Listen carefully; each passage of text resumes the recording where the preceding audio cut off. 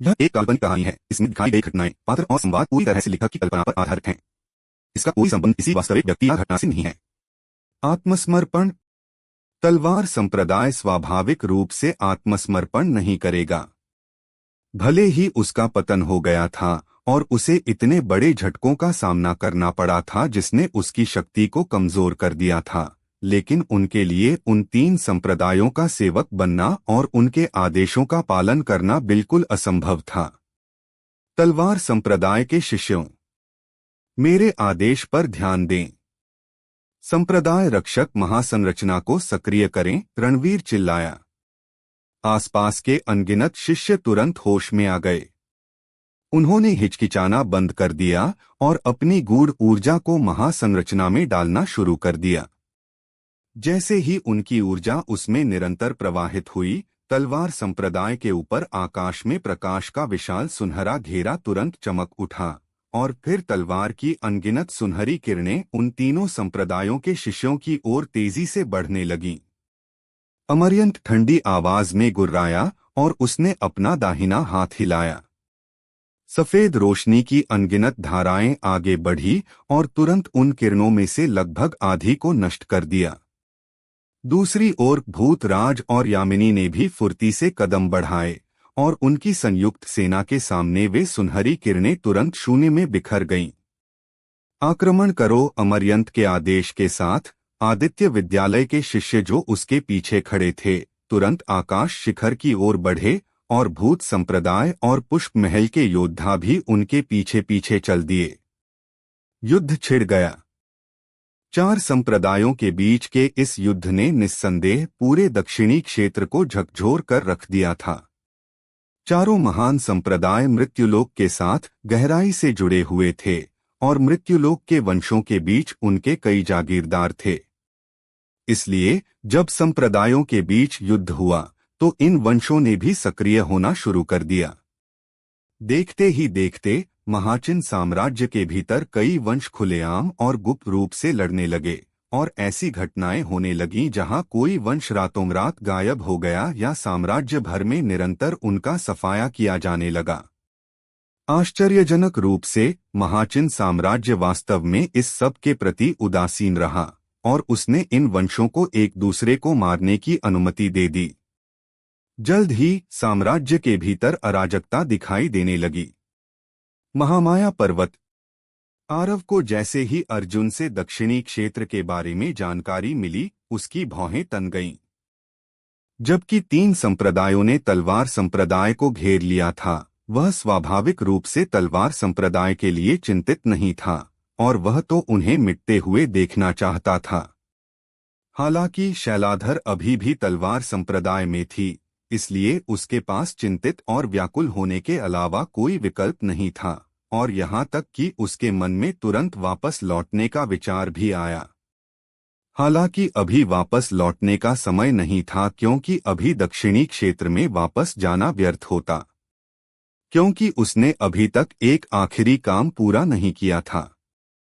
इसके अलावा अर्जुन द्वारा उसे भेजी गई जानकारी के अनुसार जबकि तलवार संप्रदाय को तीन संप्रदायों द्वारा घेरा गया था, तलवार संप्रदाय ने उन तीनों संप्रदायों के गठबंधन को रोकने के लिए अपनी संप्रदाय रक्षक महासंरचना का सहारा लिया था। इसलिए एक गतिरोध बन गया था और इससे आरव ने थोड़ी राहत की सांस ली। फिर भी आरव इस समय अत्यंत असमंजस में था।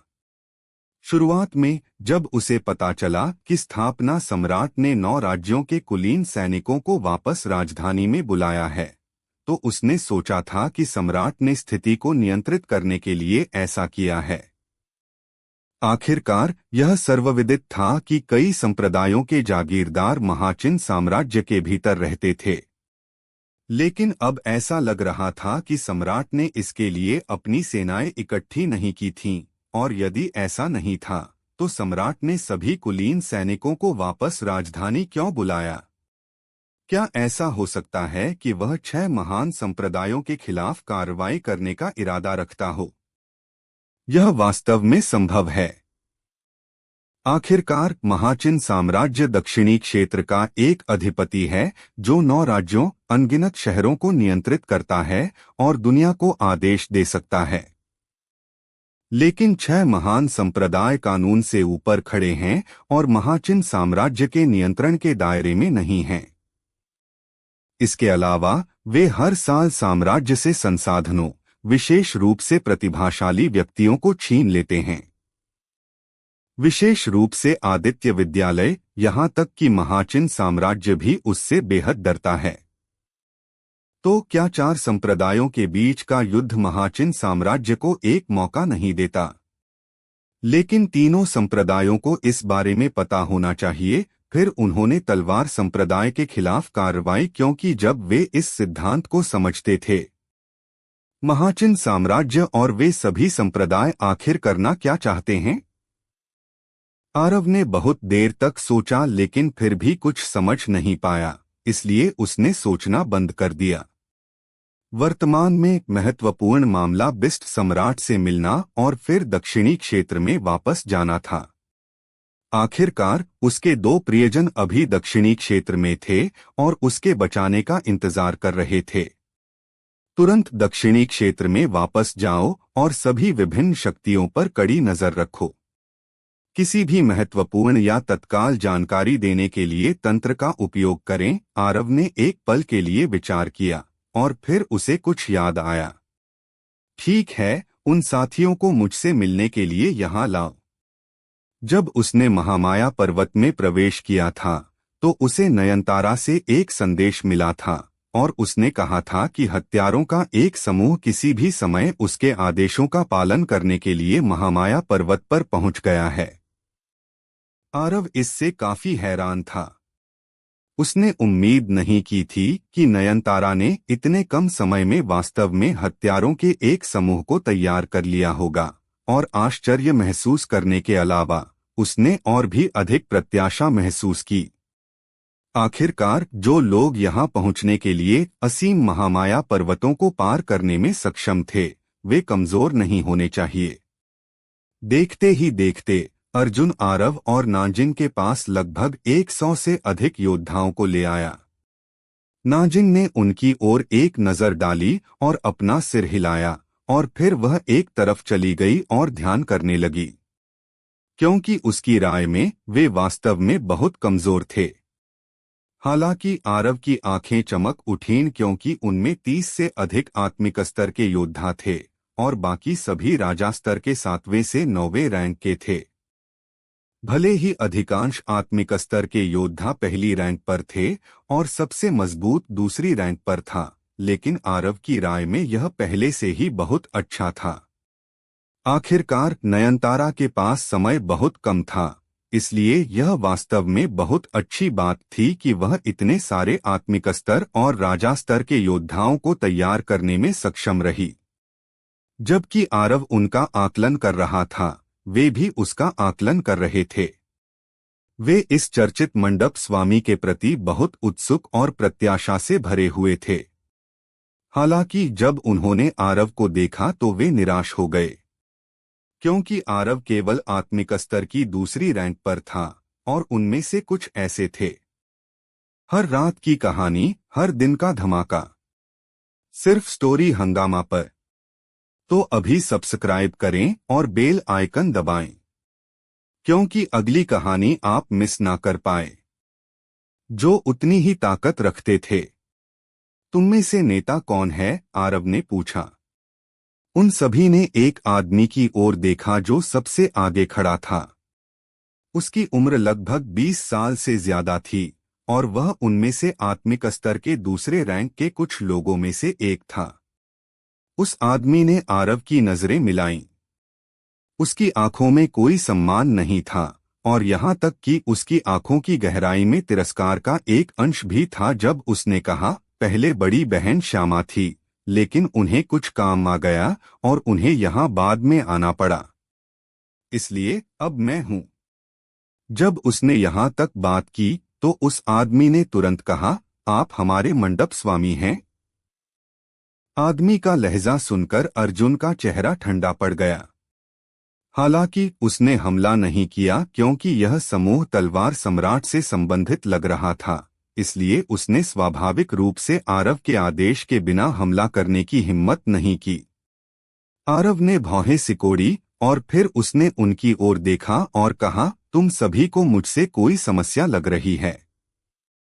अर्जुन की पलकें झपकने लगीं। वह पिछले कुछ समय से आरव के साथ था, इसलिए वह आरव के स्वभाव से काफी परिचित था। भले ही आरव सतह पर शांत और मिलनसार लग रहा था, वह जानता था कि आरव गुस्से में था। हमारी हिम्मत नहीं, नेतृत्व कर रहे व्यक्ति ने उदासीनता से बात की। मैं बस मंडप स्वामी की ताकत के बारे में थोड़ा उत्सुक हूं। मोरा मंडप स्वामी की शक्ति का अनुभव करना चाहता है।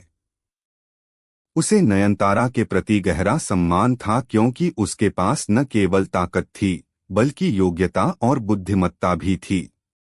इसलिए पूरे कालछाया में किसी को कोई आपत्ति नहीं होती यदि वे नयनतारा को मंडप स्वामी के रूप में स्वीकार करते।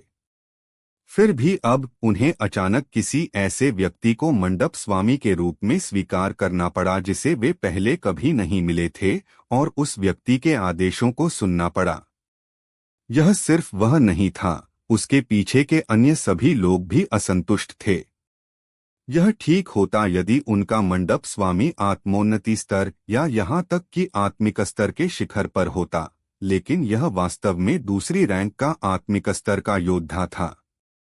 उनके जैसे अभिमानी अस्तित्व ऐसे मंडप स्वामी के सामने झुकने को कैसे तैयार हो सकते थे? आरव ने अपना सिर हिलाया और कहा, शुरुआत में मैं तुम सभी को देखकर काफी खुश था। आखिरकार तुम्हारी ताकत वास्तव में बुरी नहीं है। लेकिन मैं अभी बहुत निराश हूँ। वह वास्तव में निराश था क्योंकि जहाँ उनकी ताकत खराब नहीं थी, वहीं नयनतारा ने स्पष्ट रूप से उन्हें अच्छी तरह से नहीं सिखाया था। हम भी मंडप स्वामी से काफी निराश हैं, मोरा बिना किसी डर के ठंडी आवाज में बोला। कालछाया में उसकी ताकत चौंकाने वाली थी और उसकी प्राकृतिक प्रतिभा केवल श्यामा से कम थी। इसके अलावा कालछाया के कम से कम 30% सदस्य उसके आदेशों का पालन करते थे। इसलिए उसे उम्मीद थी कि अगर उसने इस तथाकथित मंडप स्वामी को अपमानित भी किया तो नयनतारा उसे सजा नहीं देगी और यहाँ तक कि उसे अपने पक्ष में करने की कोशिश करेगी। आरव ने मोरा पर एक नजर डाली और कहा, श्यामा को अभी मुझसे मिलने के लिए कहो। अगर वह 15 मिनट में यहाँ नहीं आती है तो उसे आने की जरूरत नहीं है। इस बार श्यामा समूह का नेतृत्व कर रही थी, इसलिए वह इस मामले पर उसका रवैया देखना चाहता था। अगर वह भी इस साथी की तरह होती तो वे सभी बस मर सकते थे। उस समय उसने नयनतारा को वह सब कुछ दे दिया था जो उसने इन साथियों को तैयार करने के लिए जमा किया था। अब जबकि उन्हें हत्यारों के रूप में तैयार किया गया था, उनमें से कई कृतघ्न हरामी थे। इसलिए वह स्वाभाविक रूप से बेहद नाखुश था। मोरा उपहास के साथ हंसा और वह आरव का मजाक उड़ाने ही वाला था। इसी बीच दूर जंगल से एक आकृति तेजी से निकली जो अत्यंत तीव्र थी। वह कुछ ही पलों में आरव के सामने पहुंच गई। श्यामा मंडप स्वामी का अभिवादन करती है। श्यामा ने आरव को सम्मानपूर्वक प्रणाम किया। वह स्वाभाविक रूप से वैसी अज्ञानता से काम नहीं करेगी जैसा कि मोरा और अन्य लोगों ने आरव का सामना करते समय किया था। भले ही उसे आरव की सटीक ताकत का कोई ज्ञान नहीं था, लेकिन वह आमतौर पर नयनतारा से उसके बारे में 1 या 2 शब्द सुनती रहती थी। इसलिए वह जानती थी कि उसके पास निश्चित रूप से असाधारण ताकत है, लेकिन उसकी साधना वास्तव में काफी कम है। तुम इनकी नेता हो, आरव ने उदासीनता से कहा। हाँ? आरव ने सिर हिलाया और फिर उसने उसे उस रवैये के बारे में बताया जो मोरा और अन्य लोगों ने अभी उसके प्रति दिखाया था। जैसे ही उन्होंने आरव को उनके ठीक सामने खड़े होकर श्यामा से उनके बारे में बात करते देखा, मोरा और उसके पीछे के कुछ अन्य लोग ठंडी मुस्कान के साथ देखने लगे। और आरव के प्रति उनका तिरस्कार और गहरा हो गया। तो तुम्हें क्या लगता है कि उनके साथ कैसा व्यवहार किया जाना चाहिए? आरव ने एक मुस्कान के साथ उस महिला की ओर देखा। महिला सुंदर नहीं थी, लेकिन वह आत्मिक स्तर की तीसरी रैंक पर थी और वह साधना के मामले में उन सभी में सबसे मजबूत थी। इसलिए आरव ने इस मामले में उसके रवैये को देखने का इरादा किया। श्यामा के चेहरे के भाव थोड़े खराब थे क्योंकि उसने मोरा की ओर गुस्से से देखने के लिए पीछे मुड़कर देखा, लेकिन वह अपने दिल में काफी असहाय महसूस कर रही थी। मोरा की शक्ति और साधना उससे केवल थोड़ी ही कम थी।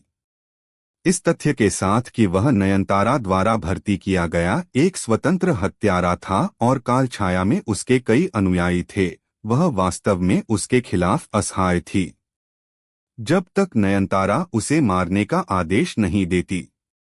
श्यामा ने एक पल के लिए गहराई से विचार किया और कहा, मंडप स्वामी, मोरा और अन्य लोग आपका अपमान करने के लिए मृत्यु के पात्र हैं। हालांकि यह उनकी पहली गलती थी और उन्होंने इसे जानबूझकर नहीं किया था। इसके अलावा मंडप में विशेषज्ञों की भारी कमी है, इसलिए मुझे उम्मीद है कि मंडप स्वामी मोरा को सराहनीय सेवा के साथ अपनी गलती का प्रायश्चित करने की अनुमति दे सकते हैं। क्या मैं जान सकती हूं कि मंडप स्वामी क्या सोचते हैं? मोरा श्यामा की बात सुनकर तुरंत ठंडी हंसी हंसा। वह जानता था कि वह उसके साथ कुछ भी करने की हिम्मत नहीं करेगी। हालांकि वह बोला नहीं और उसने आरव को फिर से उकसाया नहीं। आखिरकार उसे अभी भी श्यामा को सम्मान देना था, इसलिए उसने बस ठंडी नजरों से आरव की ओर देखा, जबकि उसके चेहरे पर तिरस्कार साफ झलक रहा था। दोस्तों, स्टोरी को लाइक, शेयर व सब्सक्राइब कर दिया करो, जिससे मुझे मोटिवेशन मिलता है। नहीं, आरव ने अपना सिर हिलाया और कहा, मैं तुम सभी को एक मौका दूंगा।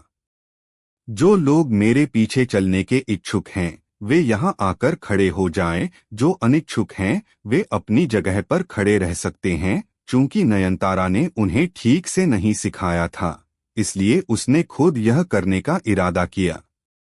श्यामा के चेहरे के भाव बदल गए। वह अभी कुछ बोलने ही वाली थी कि तभी आरव ने अचानक उसकी ओर घूर कर देखा। श्यामा तुरंत डर गई। किसी अज्ञात कारण से आरव के घूरने से उसके दिल में अचानक ठंडक पैदा हो गई थी और ऐसा महसूस हुआ जैसे कि अगर उसने अपना मुंह खोला तो वह नष्ट हो जाएगी। श्यामा की कुछ कहने की हिम्मत नहीं हुई। वह बस एक पल के लिए हिचकिचाई और फिर दृढ़ता से आरव की तरफ जाकर खड़ी हो गई। जब उन्होंने श्यामा को आरव के साथ खड़े देखा तो वहां मौजूद कुछ अन्य लोग भी एक पल के लिए हिचकिचाए और फिर उस तरफ आ गए। उनमें से कई के आरव के पक्ष में खड़े होने का कारण केवल श्यामा थी। आखिर छाया संघ में उसका अपना एक समूह था। अगले ही पल यहां मौजूद 150 से अधिक साधकों में से लगभग 100 आरव के साथ थे और जो 50 से अधिक बचे थे वे मोरा के पीछे खड़े थे। जाहिर है वे मोरा का नेतृत्व करने का इरादा रखते थे। मोरा की अभिव्यक्ति बेहद खराब थी। उसने सोचा था कि यह तथाकथित मंडप स्वामी श्यामा द्वारा बनाए गए अवसर का उपयोग स्थिति से बाहर निकलने के लिए करेगा, लेकिन उसने कल्पना नहीं की थी कि मंडप स्वामी वास्तव में इस तरह से कार्य करेगा। यह स्पष्ट रूप से उसके खिलाफ किया गया था। हालांकि क्या उसे डरने की कोई जरूरत थी? मेरे लिए यहाँ कोई जगह नहीं है, लेकिन स्वाभाविक रूप से कहीं और तो होगी ही, मोरा ठंडे स्वर में बोला। लेकिन उस समय मुझे मोरा को वापस बुलाना इतना आसान नहीं होगा। मुझे चेतावनी न देने के लिए दोष मत देना। जैसे ही उसने बात की, मोरा ने अपने पीछे के अन्य लोगों का नेतृत्व करने और जाने का इरादा किया। हालांकि अर्जुन ने अचानक उसका रास्ता रोक दिया। मोरा ठंडेपन से हंसा और वह आरव की ओर देखने के लिए मुड़ा और कहा, क्या मंडप स्वामी का इरादा हमें मारने का है? तलवारें दोस्त या दुश्मन के बीच अंतर करने में असमर्थ होती हैं। यदि बाद में आपको कोई दुर्घटना झेलनी पड़े तो मुझे, मोरा को दोष मत देना। वैसे भी उन्होंने सभी दिखावे छोड़ दिए थे, इसलिए उसे लगा कि वह अंत तक जा सकता है। उसे विश्वास नहीं था कि यह तथाकथित मंडप स्वामी उस पर हमला करने की हिम्मत करेगा। आरव ने मोरा के पीछे खड़े 50 से अधिक साधकों पर नजर डाली और कहा, मैंने तुम सभी को एक मौका दिया था। दुर्भाग्य से तुमने इसे संजोया नहीं। इन्हें मार डालो। आरव की बात सुनकर मोरा का चेहरा बदल गया, क्योंकि उसे उम्मीद नहीं थी कि आरव वास्तव में हमला करने की हिम्मत करेगा। आखिरकार उसकी तरफ 10 से अधिक आत्मिक स्तर के हत्यारे थे। दूसरी ओर श्यामा और अन्य लोगों के चेहरे के भाव थोड़ा बदल गए थे। उन्होंने कल्पना नहीं की थी कि उनके सामने यह मंडप स्वामी वास्तव में मोरा के समूह को नष्ट करने का इरादा रखेगा। दोनों पक्षों के सदस्य स्तब्ध रह गए। कोई नहीं जानता था कि श्यामा और अन्य लोग जानबूझकर ऐसा कर रहे थे या वे वास्तव में स्तब्ध थे, लेकिन आरव का आदेश सुनने के बाद उन्होंने हमला करना नहीं चुना। दूसरी ओर मोरा के चेहरे पर एक क्रूर मुस्कान तब आई जब वह अपने सदमे से उबरा और फिर उसकी आकृति चमकी और तुरंत आरव के सामने पहुंच गई। साथ ही एक खंजर से ठंडी चमक निकली और वह आरव की छाती की ओर बढ़ा। सेना को हराने के लिए सेनापति को पकड़ो। मोरा अत्यंत तेज था और उसने पहल भी की थी, इसलिए वह आरव के सामने तब पहुंचा जब श्यामा और अन्य लोग अपने सदमे से उबर रहे थे और वे उसे समय पर नहीं रोक पाए, भले ही वे चाहते। मोरा के होठों के कोनों पर तुरंत एक क्रूर मुस्कान तैर गई जब उसने आरव को देखा, जो बिना हिले डुले एक ही जगह खड़ा था। क्या घटिया और बेकार मंडप स्वामी है। वह शायद अभी मेरी गति से स्तब्ध रह गया है ना? ऐसा कचरा मंडप स्वामी बनने की कोशिश कर रहा है। मुझे सच में आश्चर्य है कि नयनतारा के दिमाग में क्या आया था। ठीक उसी समय जब मोरा का खंजर आरव की छाती के संपर्क में आने वाला था, बैंगनी रोशनी की एक किरण चमकी और फिर उसके चेहरे की मुस्कान जम गई।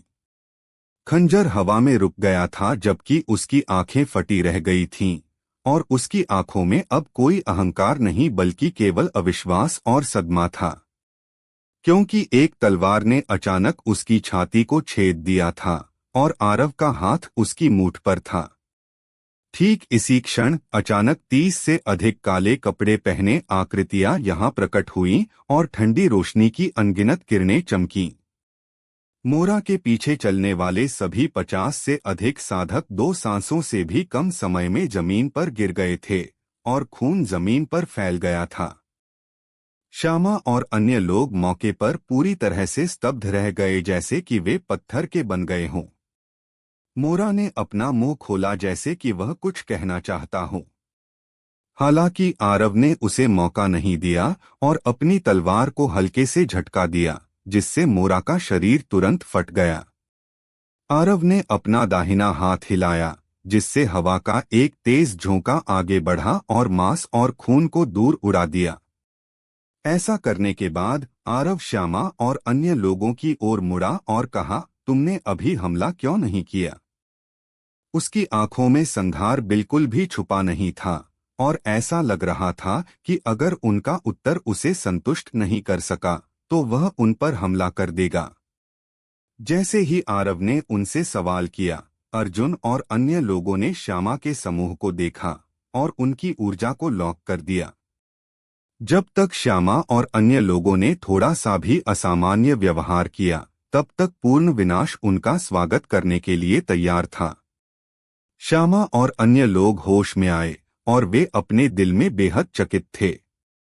इसके अलावा आरव और अन्य लोगों द्वारा घूरने से उनके माथे पर धीरे धीरे ठंडा पसीना आ गया था और उनमें से कुछ तुलनात्मक रूप से कमजोर साधक कांपने लगे थे।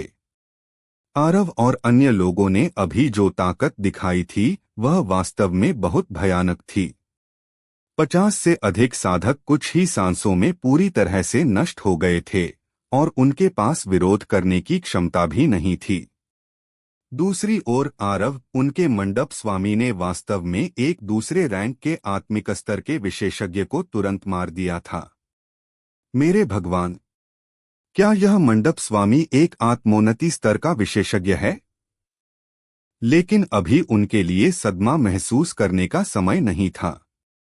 जब उन्होंने आरव की डरावनी ठंडी निगाहें देखीं, तो उन्हें पता था कि उन्होंने अपने इस मंडप स्वामी को क्रोधित कर दिया है और उसने जो निर्णायकता और क्रूरता दिखाई थी, उससे वह वास्तव में उन सभी को यहाँ अपनी जान गंवाने पर मजबूर कर सकता था। तो जब उन्होंने इस बिंदु तक सोचा, तो उनके शरीर से ठंडा पसीना बहने लगा। उन्होंने तुरंत घुटने टेकने और एक सुर में बोलने में संकोच नहीं किया। हमने गलती की है। मंडप स्वामी, कृपया हमें क्षमा करें और हमें वीरतापूर्ण सेवा के साथ इसकी भरपाई करने की अनुमति दें। बस इन्हें मार डालो। इस बीच नाजिंग अचानक आरव के पास आई और कहा, इनमें ताकत और वफादारी दोनों की कमी है। ऐसे लोग आपके पैसे बर्बाद करने के अलावा और क्या कर सकते हैं? बेहतर होगा कि इन सबको मार दिया जाए और अपनी पूरी क्षमता से अपने उन अधीनस्थों का पालन पोषण किया जाए। उनके मुंह के कोने कांपने लगे और अगर आरव की वजह से नहीं होता, तो श्यामा और अन्य लोगों के मन में अभी नाजिन को मारने का इरादा होता। श्यामा ने आरव की ओर एक नजर डाली और देखा कि आरव की भौहें तन गई थीं, जबकि वह इस विचार से आकर्षित लग रहा था। धिक्कार है! श्यामा ने तुरंत अपने दिल में पुकारा और फिर उसने जल्दी से कहा, मंडप स्वामी, हम मोरा की तरह नहीं हैं। उसे गुरु द्वारा छाया संघ में भर्ती किया गया था, लेकिन हमें गुरु द्वारा व्यक्तिगत रूप से पाला गया था। मंडप स्वामी को हमारी वफादारी के बारे में बिल्कुल भी चिंता करने की जरूरत नहीं है। हम निश्चित रूप से मंडप स्वामी के प्रति अपनी शाश्वत वफादारी का संकल्प लेंगे। मुझे आशा है कि मंडप स्वामी हमें अपनी गलतियों को सुधारने का अवसर दे सकते हैं। आरव ने काफी देर तक शांति से उन्हें देखा। अंत में उसने उन सबको मारने का विकल्प नहीं चुना। चाहे कुछ भी हो, उन्हें नयनतारा ने व्यक्तिगत रूप से पाला था, इसलिए यदि वह उन्हें मार देता तो यह नयनतारा को निराश करता। इसके अलावा उसे अभी वास्तव में और अधिक बलों की आवश्यकता थी और ये लोग अभी भी उसके लिए काफी उपयोगी थे। आरव ने उदासीन स्वर में कहा, उठो।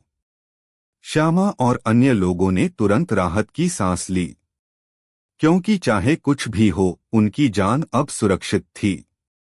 श्यामा ने अर्जुन और अन्य लोगों पर एक नजर डाली, जबकि उसने अपने दिल में सोचा, यह मंडप स्वामी के पक्ष में रहस्यमय बल है और वे वास्तव में इतने दुर्जेय हैं।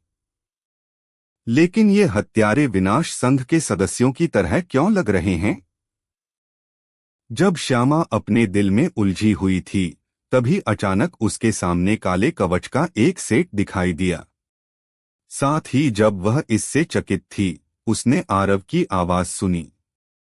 इस कवच सेट को छाया सेट कहा जाता है।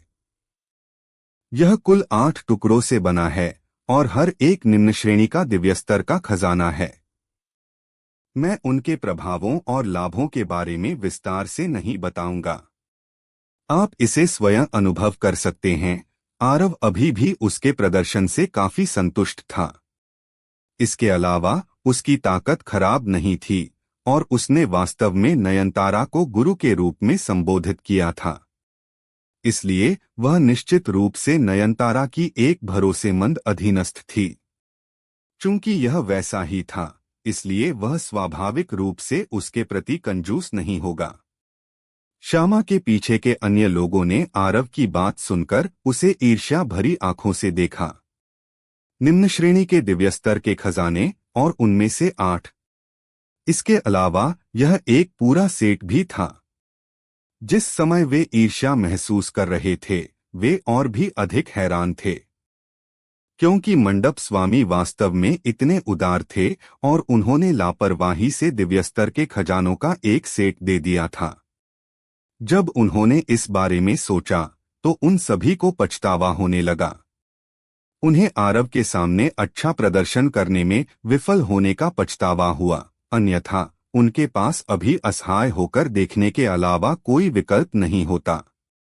जब वह अपने सदमे से उबरी, श्यामा ने जल्दी से छाया सेट प्राप्त किया और फिर वह आरव के सामने एक घुटने के बल झुक गई और कहा, इस दान के लिए धन्यवाद मंडप स्वामी। आरव ने अपना हाथ हिलाया और कहा, खड़े हो जाओ और बोलो, मुझे तुमसे कुछ सवाल पूछने हैं।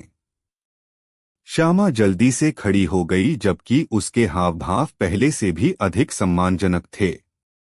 क्या छाया संघ के सभी लोग यहाँ हैं? आरव ने पूछा। नहीं, श्यामा ने कहा, छाया संघ में कुल 207 सदस्य हैं और उनमें से 50 से अधिक साधक हैं जिन्हें गुरु ने बाहर से भर्ती किया था। संघ में शेष साधक हमारे अपने हैं। मंडप स्वामी ने पहले 54 को मार डाला। दूसरे शब्दों में, व्यावहारिक रूप से उन सभी साधकों को नष्ट कर दिया गया है जिन्हें बाहर से भर्ती किया गया था। सभी शेष सदस्य वे हैं जिन्हें गुरु द्वारा व्यक्तिगत रूप से चुना और पाला गया था। आरव ने जारी रखा, 50 और यहाँ नहीं हैं। वे इंटेलिजेंस सेल का हिस्सा हैं और वे जानकारी इकट्ठा करने में विशेषज्ञ हैं, न कि हत्या में, श्यामा ने कहा। तो इसलिए? आरव ने सिर हिलाया और कहा, किसी को वापस दक्षिणी क्षेत्र भेजें। इंटेलिजेंस सेल को पुष्प महल से संबंधित सब कुछ इकट्ठा करने का आदेश दें, जिसमें उनके पास कितने विशेषज्ञ हैं और पुष्प महल के भीतर की स्थलाकृति शामिल है। संक्षेप में, पुष्प महल से संबंधित सभी जानकारी एकत्र करें और इसे मेरे पास लाएं। इसके अलावा नयनतारा से महापर्वत श्रृंखला, आदित्य विद्यालय, पुष्प महल और अन्य संप्रदायों के वास्तविक इरादों की जांच करने के लिए कहें। दक्षिणी क्षेत्र की घटनाएं थोड़ी अजीब थीं, इसलिए उसे इसकी तह तक जाना था। अन्यथा यदि वह बिना सोचे समझे दक्षिणी क्षेत्र में प्रवेश करता तो संभवतः विनाश ही उसका इंतजार करता। भले ही उसका लक्ष्य केवल पुष्प महल था, वह जानता था कि मामला इतना सरल होने से बहुत दूर था, क्योंकि अगर वह पुष्प महल पर हमला करता है तो आदित्य विद्यालय और भूत संप्रदाय संभवतः चुपचाप कैसे खड़े रह सकते हैं। दूसरे शब्दों में, इस बार उसका सामना केवल पुष्प महल से नहीं हो सकता है और उसे आदित्य विद्यालय और भूत संप्रदाय की सेनाओं का भी सामना करना पड़ेगा।